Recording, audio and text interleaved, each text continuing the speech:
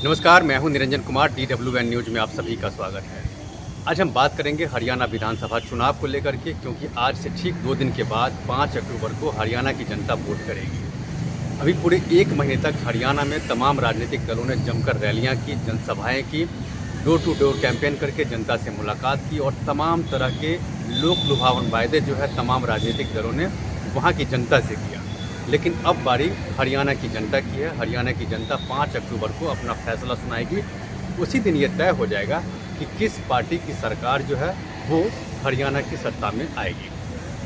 अभी अगर मौजूदा हालात की अगर हम बात करें तो मौजूदा हालात में पिछले 10 साल से बीजेपी हरियाणा की सत्ता पर काबिज है और तीसरी बार बीजेपी हरियाणा में हैट्रिक लगाने की पूरी कोशिश कर रही है। लेकिन बीजेपी के खिलाफ जो है एंटी इनकम्बेंसी भी है राज्य में, क्योंकि बहुत सारे जो वोटर्स हैं वो बीजेपी से कहीं ना कहीं नाराज़ हैं, जिसमें युवा हैं, किसान हैं या फिर जाट हैं, जैसे तमाम जो लोग हैं वो बीजेपी से कहीं ना कहीं नाराज़ हैं। और जब कोई भी पार्टी राजनीतिक दल जो सत्ता में होती है तो उनके खिलाफ एंटी इनकम्बेंसी होती ही है और उसका जो है नतीजा उस पार्टी को भुगतना पड़ता है।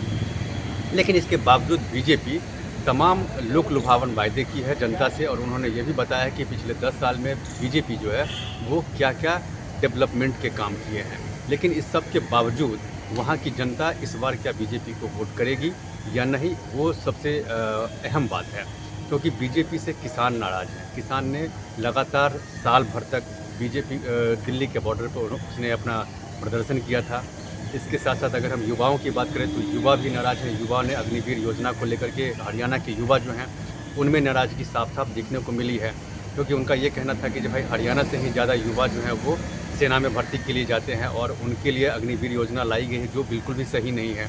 अगर हम जाट की बात करें तो जाट भी जो कहीं ना कहीं मौजूदा जो सरकार है हरियाणा में बीजेपी की, उससे कहीं ना कहीं उसकी नाराज़गी है। दूसरी तरफ अगर हम कांग्रेस की बात करें तो कांग्रेस 10 साल से सत्ता से बाहर है और कांग्रेस पूरी कोशिश कर रही है कि इस बार सत्ता में एक बार फिर से वापसी हो, और यही वजह है कि कांग्रेस पूरे ज़ोर शोर से इस बार कैंपेनिंग की है और बीजेपी के खिलाफ तमाम वो सारे मुद्दे जो है उसको उठाने की कोशिश की है, ताकि जो वोटर्स हैं, जो युवा हैं, जो किसान हैं, जो जाट वर्ग के जो लोग हैं वो कांग्रेस को वोट करें। लेकिन इस बीच क्या हुआ था कि कांग्रेस की एक कद्दावर नेता हैं कुमारी सैलजा, जो अपनी ही पार्टी के नेता से नाराज़ थी और उनकी जो नाराज़गी है वो कहीं ना कहीं ऐसा लग रहा था एक समय में कि कांग्रेस के लिए महंगी पड़ेगी, क्योंकि कुमारी सैलजा अभी सिरसा से सांसद हैं और दूसरी बात यह है कि वो अनुसूचित जाति का प्रतिनिधित्व करती है और राज्य में अनुसूचित जाति के 21% वोट हैं।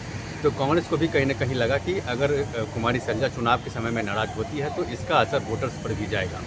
तो कांग्रेस की तरफ से ये उसको मनाने की काफ़ी कोशिश की। मान मनोबल के बाद कुमारी सैलजा एक बार फिर से कांग्रेस के लिए चुनावी प्रचार में उतरी और अब जो है जनता की बारी है। जनता अब 5 अक्टूबर को, ठीक आज से 2 दिन के बाद, वो अपना फैसला सुनाएगी और उसके बाद 8 अक्टूबर को नतीजे आएंगे। उस दिन ये पता चल जाएगा कि किसान, युवा और जाट वोटर जो है और हरियाणा के तमाम जो अलग अलग कास्ट के जो लोग हैं वो किसको वोट करते हैं, वो सत्ता में किसको देखना चाहते हैं, बीजेपी को देखना चाहते हैं या फिर कांग्रेस को देखना चाहते हैं या फिर कोई दूसरा गठबंधन है उसको वहाँ की जनता देखना चाहती है। लेकिन अब सारा दारोमदार जो है वो हरियाणा के वोटर्स पर है, क्योंकि जितनी भी चुनावी रैलियाँ थी, जनसभाएँ थी, पदयात्रा थी, सब अब ख़त्म हो चुका है। अब जनता की बारी है। जनता का है कि अब जनता फैसला सुनाएगी कि वो किसको हरियाणा की सत्ता में एक बार फिर से देखना चाहती है।